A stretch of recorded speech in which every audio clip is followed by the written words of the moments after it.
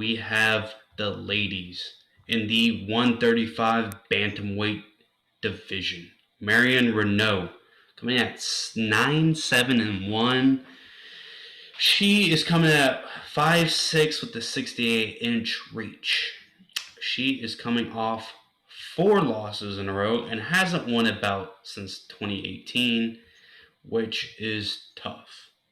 And I know I just said I don't pick fighters that are on a losing streak, even though I just did. I ain't picking her. I don't take chicks on a 4-fight lose streak. Anywho, her opponent is Cupcake Miesha Tate, coming in at 18-7, former bantamweight champion in the UFC. She's coming in at 5'6" with the 66.5-inch reach.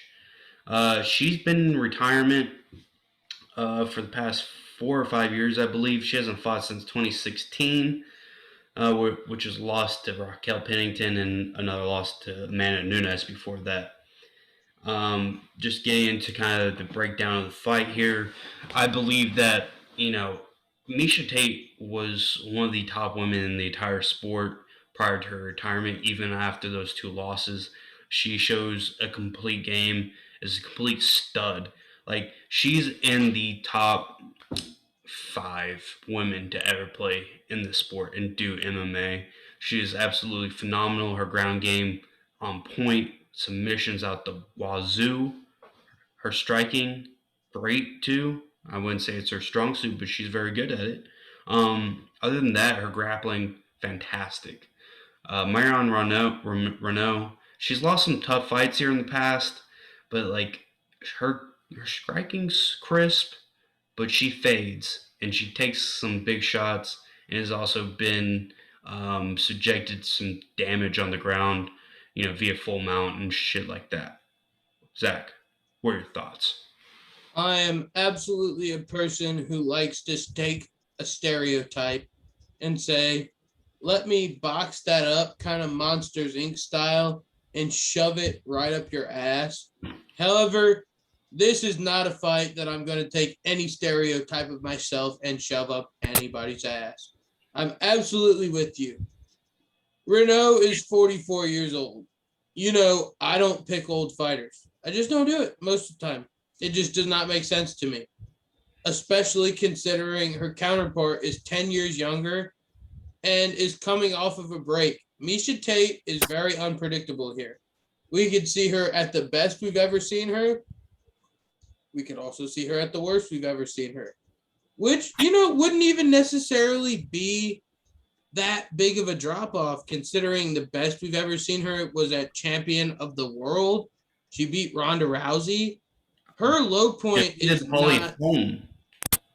Her low point is not something to look at and be ashamed of. And again, at 34 years old, maybe she's out of her athletic prime, but she's not out of that level of hormone level to where she can't compete at the highest level of sport in mixed martial arts. At the end of the day, I know what I'm getting with Renault. She's fought in some very high level, high competition fights, like you said.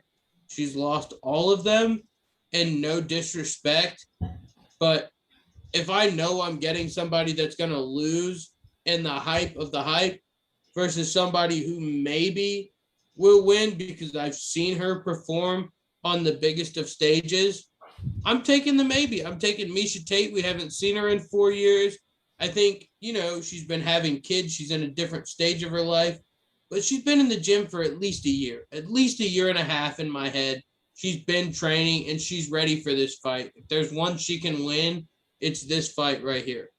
I couldn't agree with you more. Like, her upside is just too high, and I think Marion Renault's floor is just not high enough, right? So I see it as, Miesha Tate was at the top of the sport. She beat the best of the best, competed with the best of the best, and didn't back down, And she showed, there is a big drop off between the top and the women's MMA divisions, and then the contenders slash top 5, top 4.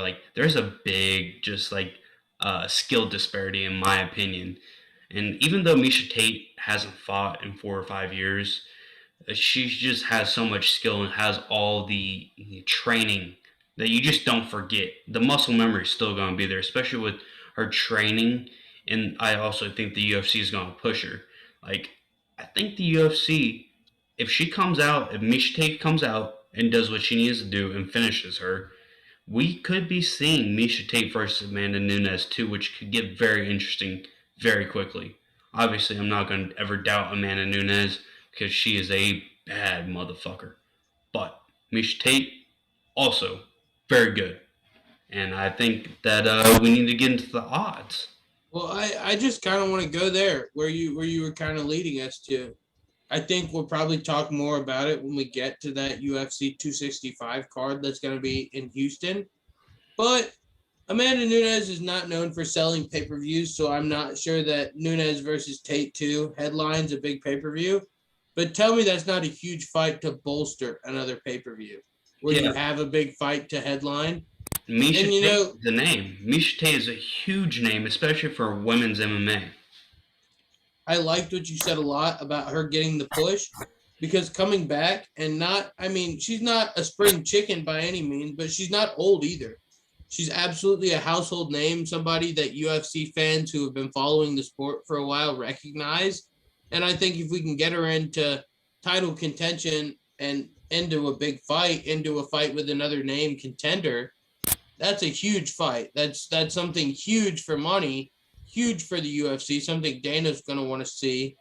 And I just think, kind of reminiscent of what I said about Stolfus, I think they both have good enough ground games here to where Reneau is going to want to take this fight to the ground, but Tate's going to be able to stifle it. And I think Miesha Tate's just that much better on the feet to where I don't know if I want to look at a prop bet here for a finish or a decision. However, I do want to take the gamble on the fact that Miesha Tate is going to outstrike Marion Reneau here. I mean, But take me to the odds. yeah, get into the odds. Miesha Tate coming in at minus 124, which is the best you can get, which is actually pretty fucking good. You know, Very good. yeah. I mean, obviously it's a little sketchy that she hasn't fought in so long, but minus 124, you're not taking that big of a hit if she does lose. Plus 115 for Marion Reneau. That's too much for me. I think she should, if you want to bet on it, that's probably a plus 200, plus 250 kind of thing. But plus 115 is just not something that's tasty, in a betting aspect here. I think minus 124 is probably the best you can get, which obviously it is the best you can get. But, like, otherwise saying, like, I mean, I think that is great. And to kind of go off what Zach was saying, he was saying that Miesha Tate's going to piece her up on the feet, which I could definitely see. But people are, I think Zach especially, is sleeping on Miesha Tate's ground game. She has nasty submissions. So I don't know where Marion Reneau goes from here. No, to clarify, I appreciate you leading me into that actually. I don't sleep on Miesha Tate's ground game. I think it's very good. But I think that's where Marion Reneau is at her best. I think if there's a fight to win here, it's on the feet for Miesha Tate because she's just seems to be that much better stand up for me, where the ground game is good on both ends, and I don't see a deficiency for either side. Um, I just think, however, here, looking at the odds and the way they've shifted, June 29th, Miesha Tate was at 135, and July 13th, she's only at 130. So what that tells me is that there's not a lot of money coming in on this fight. The line is not shifting very much. A lot of people are hesitant to pick Miesha Tate because they're afraid of the unknown. But here at the CKE, at the Calf Kick Experience, we embrace things we don't know. We embrace things that are going to hit. We embrace fucking greatness here, and we're going to show you guys on Saturday night. We wake up and piss excellence. I piss excellence in my fucking Honey Nut Cheerios for breakfast and eat them Bear Grylls style. But don't hold me to that if you're fucking, what's that dude? General Mills.